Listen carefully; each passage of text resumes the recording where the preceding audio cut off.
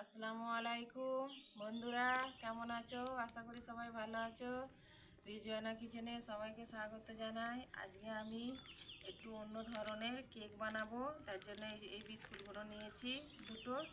এই বিস্কুট নিয়েছি, ডিম নিয়েছি 3টে, আর ময়দা, চিনি, রিফাইন তেল, বেকিং সোডা, ভ্যানিলা এসেন্স আর 1 প্যাকেট পাউডার দুধ। চলো আমি এবার ডিমটা কীরকম করছি আপনাদের দেখাচ্ছি। এই যে বন্ধুরা, প্রথমে আমি এই যে কেকটা বানাবার জন্য চিনি নিয়েছি, এটা 3টে ডিম নিয়েছি। এই ডিমগুলো ভেঙে একটা একটা করে দিয়ে দিলাম, দিয়ে আমি কাঁটা চামচ দিয়ে ভালো করে ফাটবো। এই যে বন্ধুরা, চিনিটা ডিমটা আমার গোলা হয়ে গেছে। আমি এবার রিফাইন অয়েল দিয়ে দিব খানিকটা।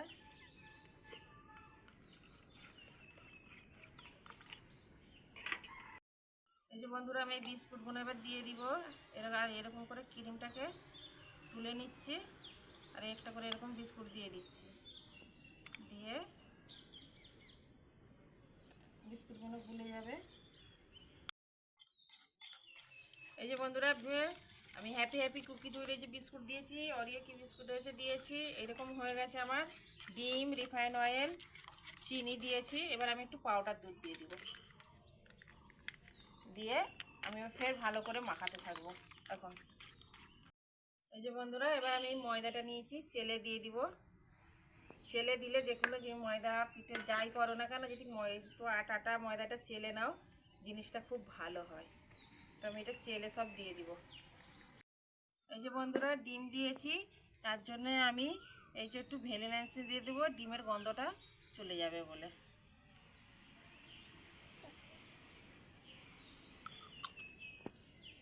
আর আমি বেকিং পাউডার নিব, পাউডারটাও আমি চেলে দিব,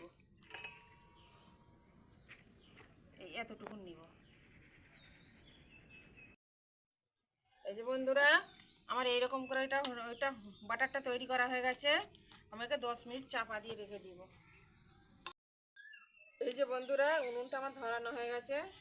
আমি এবার কড়াটা চাপিয়ে দিব। চাপিয়ে দিয়ে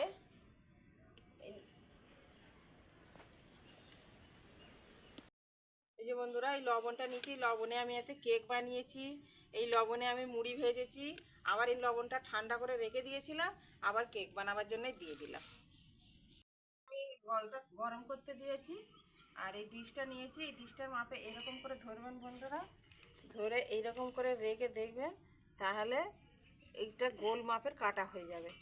এবার আমি রেখে দিলাম, দিয়ে এখন আমি একটু রিফাইন অয়েল তেল দিয়ে ভালো করে এটাকে মাখিয়ে নিব আগে। এই যে বন্ধুরা, আমি ডিশটায় তেল মেখিয়ে, কাগজটা তো দেখিয়ে দিয়েছি আপনাদেরকে কীরকম করে কাটবেন।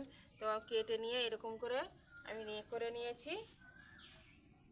বন্ধুরা, ব্যাটারটা আমার কেমন কত স্মুথ হয়েছে, দেখতে কত সুন্দর লাগছে। হ্যাঁ, এবার আমি এতে আস্তে আস্তে ঢেলে দিব এরকম করে। এই যে বন্ধুরা, আমি বাটারটা ঢেলে দিয়েছি, আমার এতটা হয়েছে, এটা ভর্তি হবে। একটু ঠুকে দিব, তাহলে হাওয়া থাকলে বেরিয়ে যাবে। আবার এইরকমও করে দিতে পারো বন্ধুরা, তাহলে আরও ভালো হবে। হ্যাঁ, এরকম করে নিয়ে আমি এবার ঢাকা দিয়ে দিব। বন্ধুরা, বালিটা তো আগেই দেখেছি, বালি বলছি লবণ, লবণটাকে গরম করে নিয়েছি। এবার আমি এই স্ট্যান্ডটা বসিয়ে দিব, বসিয়ে দিয়ে এই যে বাটারটা তৈরি করেছি, এই যে এটা আমি এবার এর উপরে বসিয়ে দিব। বসিয়ে দিয়ে এই ডিশটা চাপা দিয়ে দিব, দিয়ে আমি 10 মিনিট জাল করে দিব। এই যে বন্ধুরা, আমি 10 মিনিট জাল দিয়ে গালটা বন্ধ করে দিয়েছিলাম, আংড়াতে হয়েছে। আমি এটা দিয়ে দেখব, যদি এটা লেগে থাকে তাহলে জানবো হয়নি, আর যদি না লেগে থাকে জানবো হয়ে গেছে। তো আমি কেকটা দেখছি। এই যে বন্ধুরা, লেগে নেই, তার মানে হয়ে গেছে। হ্যাঁ, আমি এবার নামিয়ে নিব। এই যে এরকম করে বারবার ছুরি দিয়ে দেখে নিলাম, মানে হয়ে গেছে। কেকটা এবার নামিয়ে নিয়ে ঠান্ডা করব। আমার হয়ে গেছে, আমি এবার ঢেলে নিব এরকম করে।